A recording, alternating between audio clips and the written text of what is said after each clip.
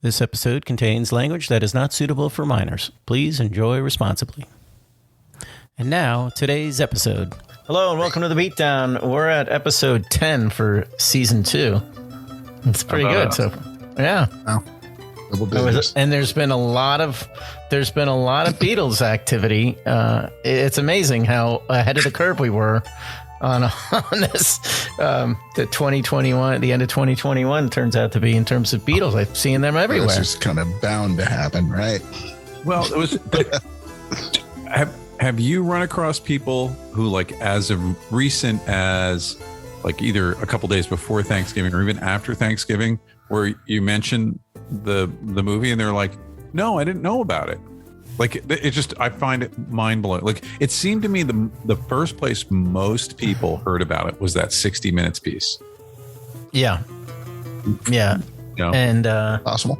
I had a situation where a friend of mine at work who I told about the podcast and I think was an early listener, he's older than us, a little bit older than us, but so he's got a son that's mid-20s, late 20s, and he said his son was asking about questions, and I said, well, he's got to listen to the podcast. So hopefully, we do. You have to listen responsibly, as they say.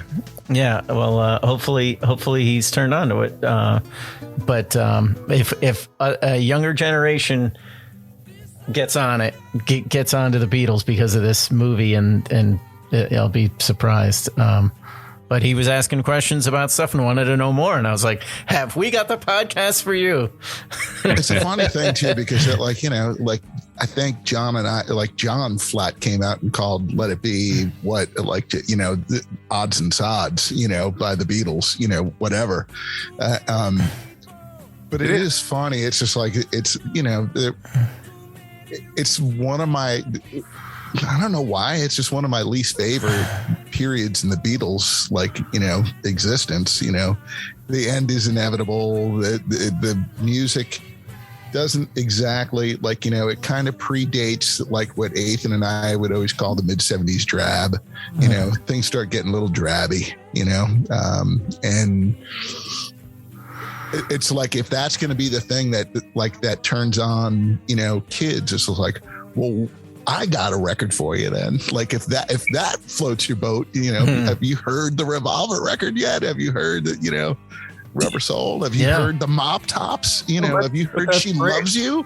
But that's all ahead of them then, because the same time too, that was just like, this is like, so I'm listening to a podcast today. They're interviewing the bass player from Widespread Panic, who's like a producer. I don't laugh at me, Mr. Athens.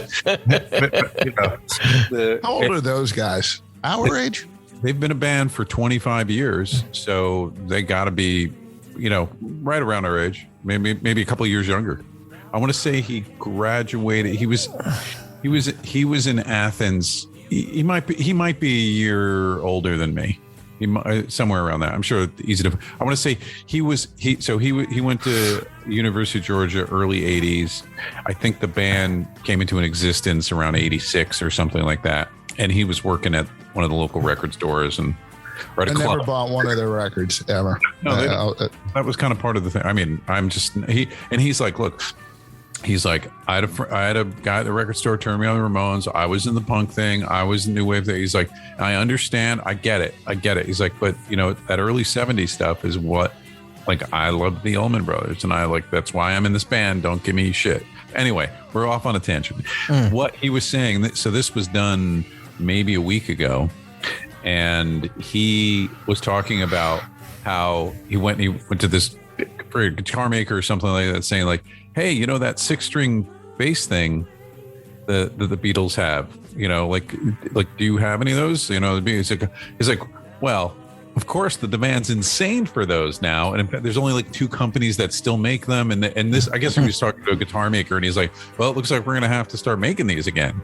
And they hadn't made them in whatever. Smokes, really. All of a sudden everybody wants a 6-string bass. But everyone watch, Fender amps are going to go jack up in price, and the those solid state or whatever those were. I made the call about that George Harrison guitar. Oh, that yeah. you sent the text. Yeah, that's been a coveted guitar though. Like anybody that's 23 like that has been one of the. Everybody talks about that one and Rocky as well. The Strat, but mostly the Rosewood Telly. Like you're always like, yeah. And then the SG on the Revolver record is always just like, and then there's the 12-string, Rickenbacker on, Hard Day's Night and Help. I want one of those. And then there's the Chet Atkins Country Gentleman. Where does it end? But there's the Duo Jet. There's the Casino there, but John has one of those too, which he actually plays in Get Back a lot. I think that George gets the Casino first, and John, as usual, was just like, I love that guitar. George, kind of get your own. They both strip the paint off them too. Like they both customize them exactly the same. There was you can see in the Hey La Hey La Hello, that one, Hello Goodbye video. I think George is playing the Sunburst Casino at the time. Like it's still. I like the Casino because you can, for about $400, $450, you can get a Chinese version, and it's like, there you go, there's your Beatles guitar. So that's what I would recommend everyone out there. Not the $23,000 Fender Custom Shop replica of. Yeah. So today was the last day of my my 1 month 99 cent or whatever it was of Disney. So I rewatched.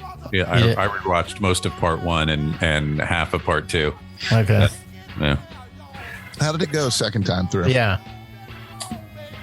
I tried skipping some parts and I missed some things, but I don't know. It's just part of me. It's like hearing the conversation a couple times, second time made me like, it was much clearer. Like it was right. You're like, oh, they did. Like what I didn't find, what I wanted to find is the first reference to Billy Preston. Cause I swear the first time I saw it, like George is talking about it in the first episode. Mm-hmm. And then all of a sudden Billy Preston shows up like by whatever. He does talk about it in the first episode. Yeah. He starts talking about Ray Charles, like being, the greatest organ player. And that's in the first episode. That's right. And Billy's playing the organ and he plays the piano. Yeah. Yeah. I missed that when I was, I guess, prepping dinner, but, it's good. When I watched it the second, I am just still astonished about how clean the video is. The footage, it is ridiculous. True. But I also caught a few more times where I noticed the audio is out of sync, because you know how they say that, it's audio and we put in. I definitely saw that when I watched them. Yeah. And I'm sure there was parts that the audio they had the film, and then they had the they had the audio tracks, the Niagara recording the audio, and they just had to do what they take 4 of this thing, and it looks good over this thing because we got picture here, and we're gonna fake our way through it. And having had all of the audio, the Niagara audio, they definitely clean up the audio so much too. Like half that I couldn't understand. They're just mumbling and it's distant, and One would have to wonder too, and I'm just speaking about my experience, my work experience. The people that did go through and clean up that film, it's not only gets scanned at 4K or whatever. It's people are going through frame by frame, and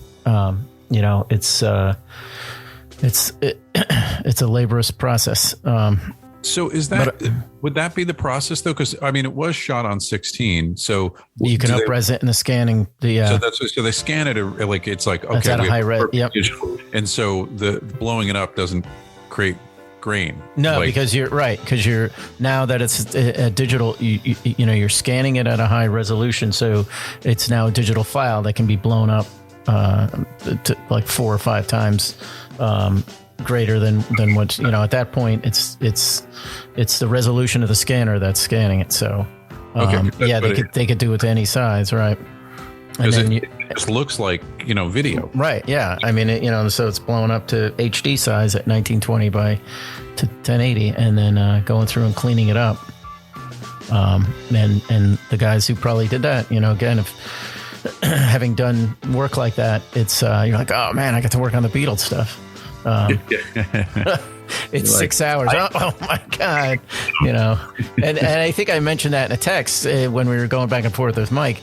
You got to understand when you're working on stuff too. I mean, you watch things like 20, 30 times over and over as it's played down and as you're doing stuff. So I can't, it does get like, it's got to be really entertaining that by the 20th or 30th time you're watching something, you're like, oh yeah, that was really cool.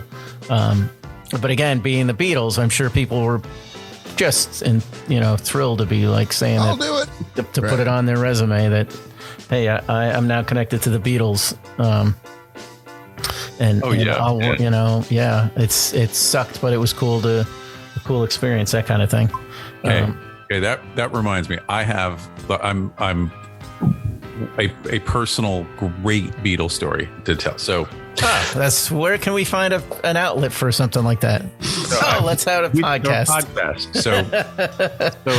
So last week I am going to Los Angeles to meet with music publishers to try to sign them up for the company I work for and to do administration for their publishing. And there's this guy by the name Lionel Conway. So Lionel Conway is his resume is that, so I ended up having a meeting with him, and I just knew the highlights of his resume, which are pretty spectacular. But I will get you to the story by going this way. So he tells me that he wanted to be a singer. So when he was 15 years old in the UK, he is trying to be a singer, and he's not doing particularly well. He just didn't have it. And this is in the 50s. Yeah, I was going to say, how old is this gentleman roughly? Yeah, he's 83 now. Okay, so this is going to be good. Yeah, he's older than the Beatles, right? Sharp as a knife, though. Like you'd no idea, right? And so he's telling me he wanted me. He's like, that's what I really wanted to do. And so he ended up getting a job with the music publishing, where a gentleman by the name of Dick James worked, who was also a former singer. So Dick James goes off and starts his own publishing company. And his focus is to try to do British only music. And so he was a singer himself, and he had been produced by George Martin. And so George has this band called the Beatles, and he encourages Brian Epstein to meet with this guy, and he signs the Beatles to music publishing starting with Please Please Me. And he actually, and the thing that I learned that was astonishing is the Beatles and Dick James essentially gets a little bit of a bad rap of like, oh, the Beatles got screwed on their publishing. But so in 1962, he goes, you know what, this is so good. I don't want to just sign the Beatles for one song, because it used to be song after song after song would get a new publishing deal when you put out a new single. So he's like, I really want to stick with these guys, so I'm going to offer them to start a music publishing company with them, and it's going to be called Northern Songs. It's Northern Songs, and the split was Dick James got 50%, and then Brian, Paul, and John split the other 50%. Now that sounds ridiculous today, but certainly someone who only have one single out have never been offered a piece of their publishing in that day. So it was an incredible foresight on him. And the fact that he did it was incredibly fair. It was really. Where's Conway in all this? So, well, I was going to say, but the reason the Beatles lost it was Alan Klein. Like that was really where they kind of got screwed. So Lionel is hired as the company's growing there, and his job is to get other people to cover Lennon and McCartney songs. That's his job. That'll bring in money. Yeah, that's made it money, because obviously they please me. But so Lionel's job through the entire 1960s. Think about how fucking easy his job is. like 2 months later, he has, like the Stones are doing songs, like everyone, like, Cilla Black, Lou, it's just like everyone is dying to cover a Beatles song. You got all the Epstein. So he has friggin' the easiest job. So I have to hold on, because I have a question, or you want me to ask afterwards? You could ask a question right now. Go ahead. When this came up before, you mentioned that anybody can record a published song, right? You don't need to ask for permission. So is it that his job is that because nobody knows of the Beatles or knows of them? Like, No, so it's twofold. Why does he have to go out and hustle to sell these songs? So let's just say that, I mean, he's starting